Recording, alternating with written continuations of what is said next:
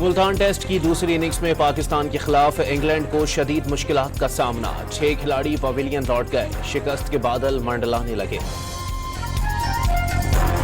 Social media پر نجی college کی طالبہ سے زیادتی کی غیر مصدقہ خبر پھیلانے کی تحقیقات، حکومت پنجاب نے JIT تشکیل دے دی، SSP انویسٹیگیشن محمد نوید سربراہ ہوں گے۔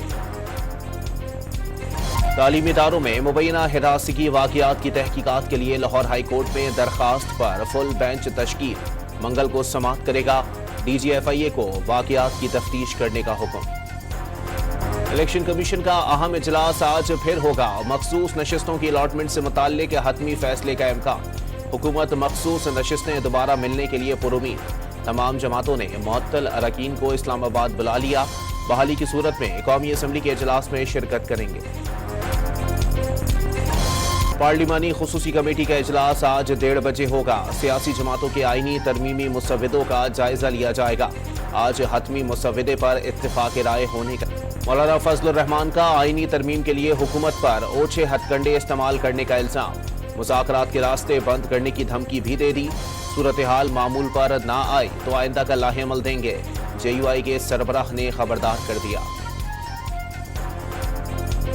سینٹ اجلاس آج 2 بجے پارلیمنٹ ہاؤس میں ہوگا، 7 نکاتی ایجنڈے میں آئینی ترمیم شامل نہیں، لیگی سینیٹر عرفان صدیقی نے آئینی ترمیم پیش کرنے کے اشارے دے دیے۔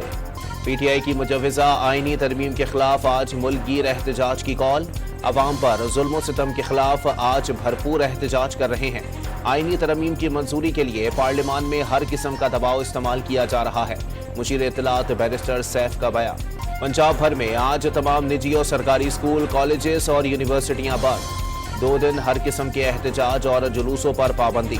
سیکیورٹی خطرات کے پیش نظر عوامی جلوس دہشت گردوں کا آسان ہدف ہو سکتا ہے، ترجمان محکمہ داخلہ کی وضاحت۔ اسلام آباد میں دفعہ 144 نافذ، کسی بھی قسم کے سیاسی یا غیر سیاسی اجتماعات پر پابندی ہوگی، خلاف ورزی پر سخت کارروائی کی جائے گی، انتظامیہ کا انتباہ۔ کراچی کے علاقے لیاری میں پولیس اور حساس اداروں کی کارروائی، گینگ وار کا اہم کارندہ گرفتار، قبضے سے دستی بم اور چوری کی موٹر سائیکل برآمد۔